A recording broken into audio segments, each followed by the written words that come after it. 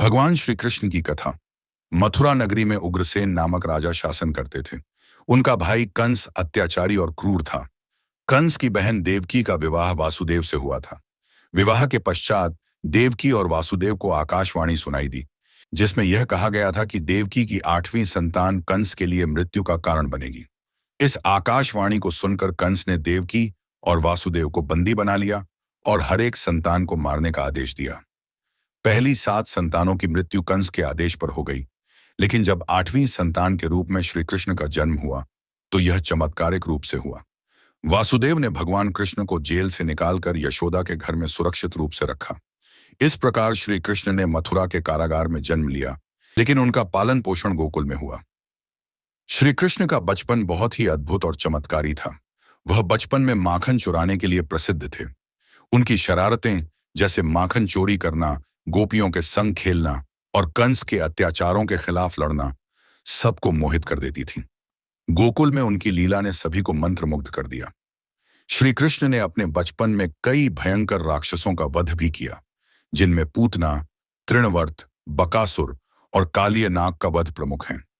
इन सभी ने भगवान कृष्ण की महिमा को और भी उजागर किया और गोकुल वासियों का विश्वास बढ़ाया। कृष्ण के जीवन का एक और महत्वपूर्ण अध्याय रुक्मिणी के साथ उनका विवाह था। रुक्मिणी, जो विदर्भ राज्य की राजकुमारी थी, ने श्री कृष्ण को अपने जीवन का साथी चुना था। उनके विवाह के समय रुक्मिणी के भाई रुक्मी ने उनका अपहरण करने की कोशिश की थी, लेकिन श्री कृष्ण ने उसे परास्त किया और रुक्मिणी से विवाह किया। यह विवाह भगवान कृष्ण की वीरता और दयालुता का प्रतीक बना। महाभारत के युद्ध के समय भगवान कृष्ण ने अर्जुन को गीता का उपदेश दिया। जब कुरुक्षेत्र के मैदान में दोनों सेनाएं आमने सामने थीं, तब अर्जुन का हृदय युद्ध के लिए तैयार नहीं था। वह शत्रु पक्ष में अपने रिश्तेदारों और गुरु को देख घबराए हुए थे। तब श्री कृष्ण ने उन्हें गीता का उपदेश दिया, जिसमें कर्म, भक्ति, योग और दर्शन की गहरी बातें बताईं। श्री कृष्ण ने अर्जुन को यह समझाया कि धर्म के लिए युद्ध करना आवश्यक है और यदि वह नहीं लड़ेगा तो उसका कर्तव्य अधूरा रहेगा। कृष्ण ने अर्जुन से कहा, कर्मण्येवाधिकारस्ते मां फलेषु कदाचन मां कर्म फल हेतुर्भूर्मा ते संगोस्तु कर्मणि। यानी तुम्हारा अधिकार केवल कर्म करने में है, उसके फल में नहीं। इसलिए कर्म करते रहो, लेकिन फल की चिंता मत करो। महाभारत के युद्ध से पहले भगवान कृष्ण ने मथुरा लौटकर कंस का वध किया।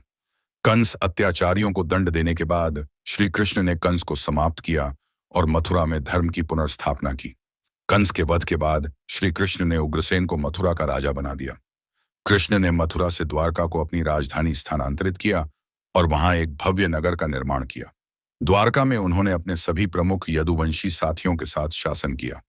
द्वारका के शासक और रक्षकों के रूप में उन्होंने यदुवंशियों को संगठित किया और शांति स्थापित की।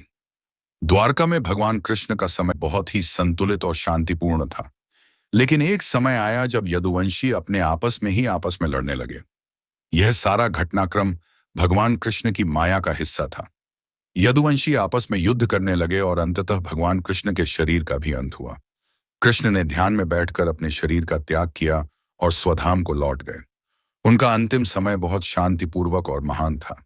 भगवान कृष्ण का यह जीवन एक प्रेरणा है, जो हमें जीवन के उद्देश्य, कर्म, भक्ति और योग की महत्वता सिखाता है। श्री कृष्ण का जीवन एक अमिट धरोहर है। उनकी लीला, उनका उपदेश और उनका जीवन हमें सिखाता है कि जीवन में धैर्य, कर्म, भक्ति और सत्य की महत्ता है।